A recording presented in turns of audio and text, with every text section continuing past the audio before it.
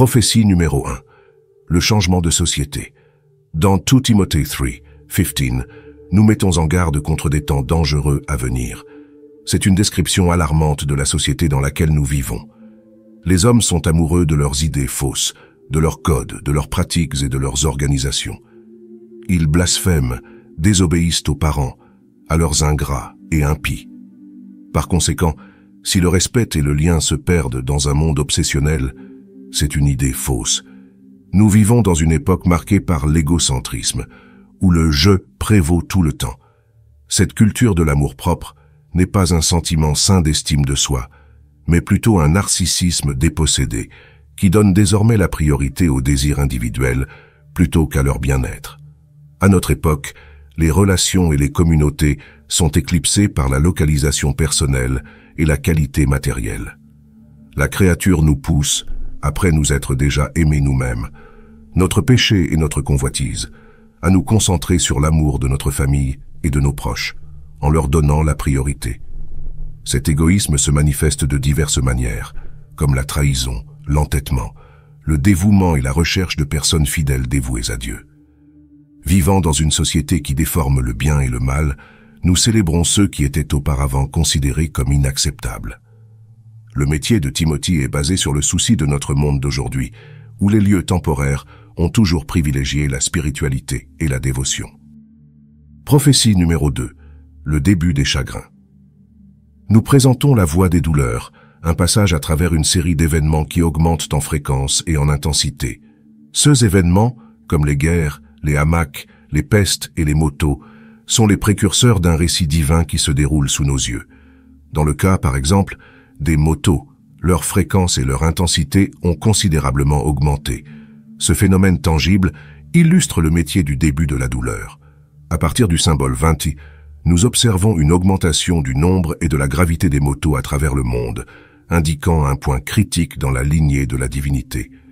Ces douleurs ne sont pas simplement des réussites naturelles, mais nous rappellent l'attention divine selon laquelle notre moment s'est montré avant tout ce qui est temporel et est lié aux promesses éternelles de Dieu. Conscient que le monde viole les violations antérieures, le besoin de vigilance, de prévoyance et d'engagement envers soi-même est considéré comme plus crucial que jamais. La troisième prophétie, un horizon de sagesse illimité. La vision prophétique présentée dans Daniel 12 est moins qu'une fenêtre sur l'avenir dans laquelle la connaissance humaine se développe d'une manière qui manque à notre compréhension actuelle. Cette expansion du monde, une bonne chose, véhicule l'accumulation d'informations pour amplifier la profondeur et l'enrichissement de l'expérience humaine dans son ensemble.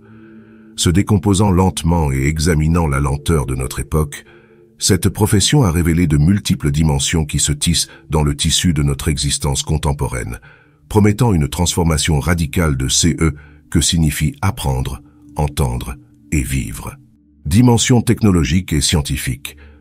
En observant la première interprétation de cette expansion des connaissances, on tombe sur l'avancée technologique et scientifique spectaculaire qui marque les derniers mots.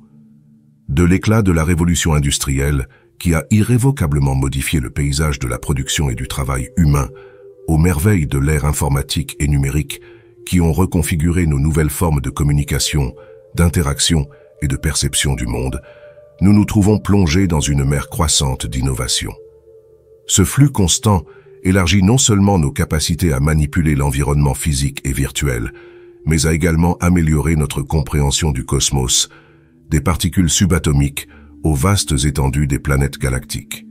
Le génie génétique, l'intelligence artificielle, la robotique et les routes spatiales, entre autres, ne sont pas les seuls succès de la nouvelle ingénierie, mais ouvrent également une nouvelle ère de découverte et d'exploration.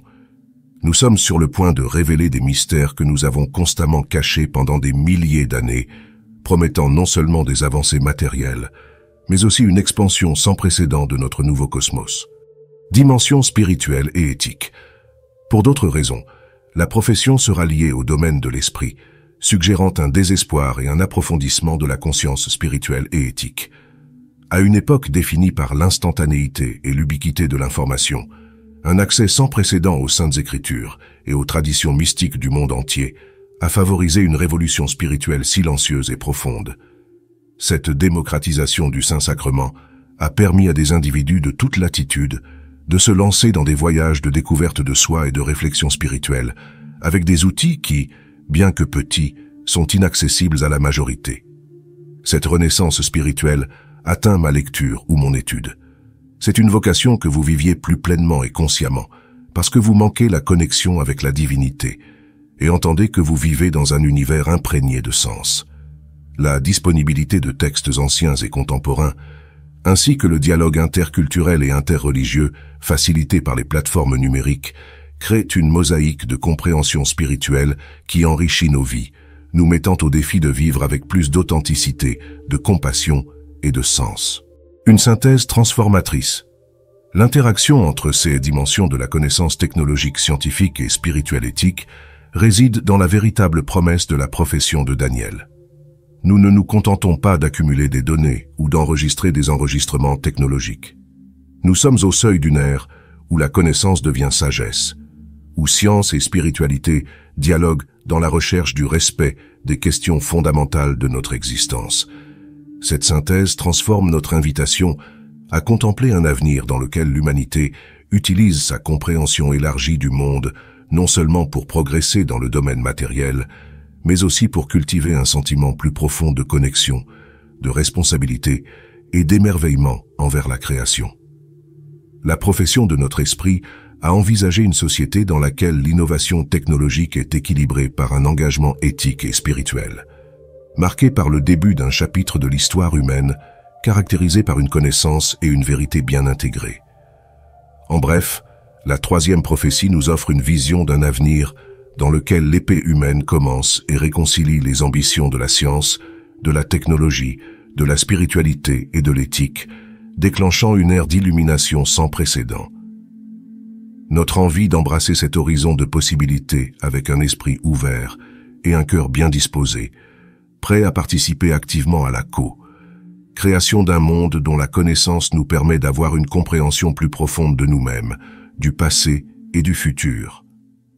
Cosmos compartimenté. La quatrième prophétie, affronter les sceptiques dans l'âge final. Dans le scénario professionnel esquissé, ces derniers jours, la figure de l'espérance prend une importance sans précédent, représentant une direction de pensée et d'activité qui s'oppose directement aux principes et à l'essence de la femme chrétienne.